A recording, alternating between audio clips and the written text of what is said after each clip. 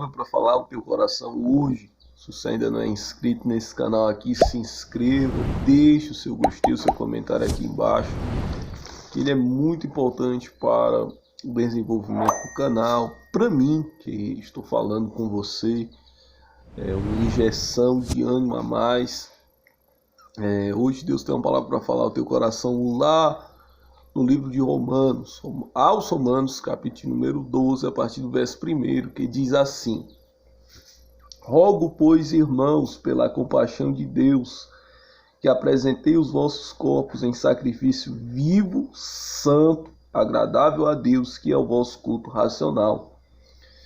Hoje o apóstolo Paulo está escrevendo em uma carta para uma sociedade a qual era ao dos romanos. Esse povo era um povo que tinha um caráter, tinha um coração, tinha uma mente voltada ao culto, isso é, ao culto do corpo. E nós vamos ver que Paulo, quando ele escreve aqueles irmãos, aos santos, como Paulo costuma sempre falar em suas cartas, Paulo ele vai descrever a maneira como eles deveriam se comportar agora em diante do acesso, agora em diante da aceitação, agora em diante da conversão daqueles irmãos. Paulo estava dizendo que a única maneira, a única forma de vida que eles deveriam fazer para suportar a sociedade, para suportar ao sistema, para suportar a cultura dos romanos, seria ali se achegar para Deus e entregar um sacrifício vivo, entregar os vossos corpos como sacrifício vivo, perfeito para o Senhor, e ter a mente alcançada, ter a mente transformada, ter a mente mudada, ter a mente transformada pela renovação, isso é, pela renovação do Evangelho.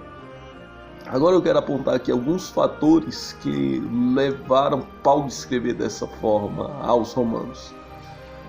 Nós, quando olhamos para o contexto bíblico e vemos a figura de um homem a qual ele está escrevendo para uma igreja, nós vemos a figura de um homem que antes ele tinha também a sua mente voltada a um sistema. Esse sistema ele é um sistema teológico, é um sistema sendo ali científico, posso eu também dizer que é um sistema filosófico, uma visão que outrora tinha ali, uma visão de perseguir, uma visão de ir atrás, de uma visão de atrapalhar, de uma visão extremamente extremizada. Paulo, ou como de costume chamavam Saulo, era um homem que tinha uma mente diferente da que ele agora está escrevendo para esta igreja. Agora nós vamos ver um ponto importante, é da conversão de Paulo. Paulo, quando ele se converte, ele vai ter o nome mudado, a vida mudada, porque ele vai ter um encontro com Cristo Jesus. Quando ele tem um encontro com Cristo Jesus, as escamas caem dos olhos de Saulo de Tarso. E hoje eu estou falando para alguém que acredito eu, que também, assim como Paulo, assim como outrora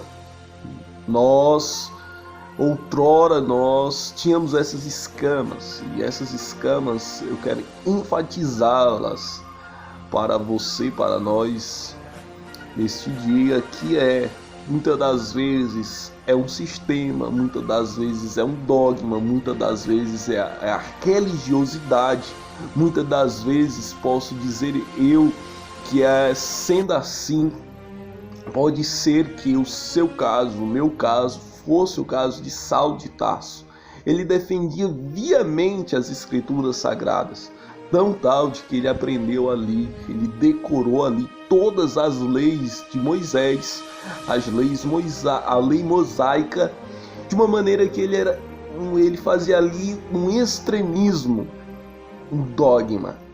Mas só que quando as escamas dos olhos de Saulo de Tarso caem, ele, de perseguidor, ele vai ser perseguido, porque agora não mais ele vai levar ao extremo as coisas, mas agora ele vai falar a verdade, ele vai pregar a verdade, ele vai levar a verdade. E era isso que Paulo estava levando aos romanos. Ele estava levando aos romanos. E eles também deveriam fazer assim, da mesma maneira. Eles tinham que deixar que as escamas caíssem dos seus olhos. E eles deveriam voltar-se a Deus, o vosso coração a Deus. Porque quando nós vemos o termo sacrifício, sacrifício quer dizer renúncia, sacrifício quer dizer vida transformada, sacrifício quer dizer entrega, sacrifício quer dizer algo que eu tenho que deixar aos pés de Jesus, que foi o que a Paulo fez. Paulo, ele deixou tudo e entregou tudo à administração do Todo-Poderoso, de uma maneira que Paulo, ele vai simplesmente largar a mão de sua vida, vai largar a mão do seu emprego, vai largar a mão do seu status, quero dizer que ele largou mão até do seu diploma que ele ganhou aos pés de um doutor da lei. E aqui eu quero começar, e eu tenho pouco tempo para chegar em alguns tópicos que eu trouxe aqui para vocês. O primeiro tópico diz assim: a renovação. Tudo se faz novo. Temos aqui dois homens de Deus que Deus chama ainda no ministério de Jesus: Nicodemos, José de Arimateia. Nós primeiro vamos falar de José de Arimateia. José de Arimateia era um discípulo de Jesus, a qual Jesus ele vai ganhá-lo. E nós vamos ver que José de Arimateia era um homem que tinha negócios, um homem que ali na sociedade tinha muitos negócios. Mas nós vamos ver que ele é um discípulo a qual ele reconhece Jesus como Salvador da sua vida, Salvador da sua alma. Mas ele não é daqueles discípulos que vai largar tudo como os demais discípulos fizeram para seguir Jesus. Não, ele vai continuar negociando, ele vai continuar com a sua vida, mas só porque ele tem um papel fundamental. Quando Jesus ele vai para a eternidade, nós vamos ver que o corpo de Jesus fica aqui. E quem é que vai alugar o lugar do sepulcro? Quem é que vai fazer ali tudo aqueles aparatos para o corpo de Jesus? José de Arimateia. E aqui eu quero começar a falar para você, para nós, que quando o Senhor Jesus nos chama, não importa se nós temos algo, se nós temos emprego, se nós temos algo para fazer, não importa. Jesus tem um papel e ele te chama para ter um papel fundamental, para que Jesus tenha também assim um papel fundamental na sua vida. Por quê? Porque quando ele chama, ele tem objetivo, ele tem propósito. Quando ele chama Paulo, ele tem propósito. Quando ele chama José de Arimateia, ele tem propósito. Quando ele chama os discípulos, ele tem propósito.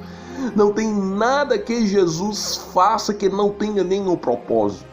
Nós vamos ver que Jesus vem a essa terra e o principal propósito dele não era carro, não era nada nessa terra. Para entrar em Jerusalém não precisou de vestes reais. Não, ele entrou no jumentinho, porque para cumprir o propósito dele não era entrar como rei, não era para ser apresentado como rei, como os reis da época eram apresentados, mas sim chegar na humildade e ser morto por causa dos nossos pecados, mas ressuscitou, porque foi isso que ele apresentou a Nicodemos, né? O segundo personagem aqui, eu quero listar, é um ponto, né, daqui do que eu separei. Ainda tem mais 2, 3, 4 pontos a gente abordar, mas vou deixar para outro tema, para outro vídeo.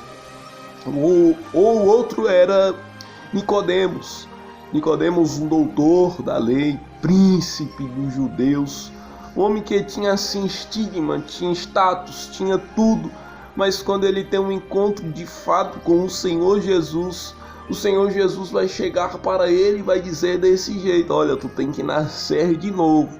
E preste bem atenção, alguém inteligente, alguém formado, alguém que era príncipe entre os judeus, status na sociedade. Ele vai dizer desse jeito: posso eu entrar no ventre da minha mãe e nascer de novo?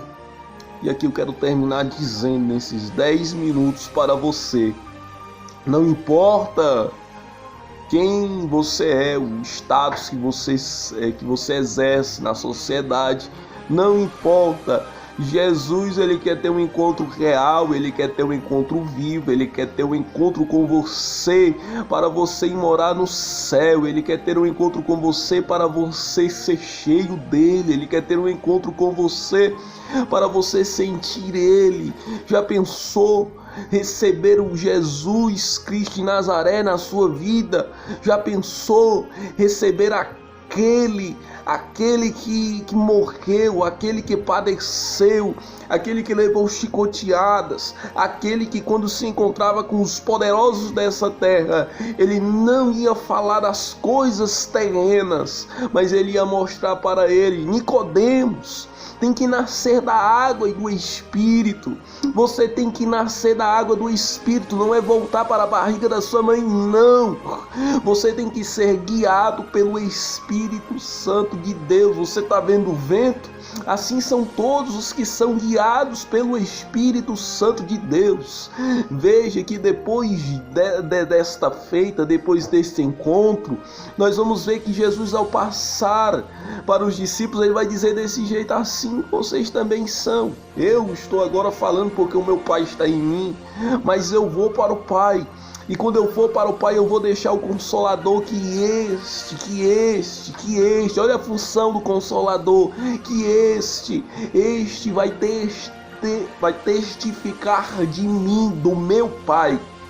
É que você guarde essa palavra no seu coração. Deixe o seu gostei aqui embaixo. Eu sei que o vídeo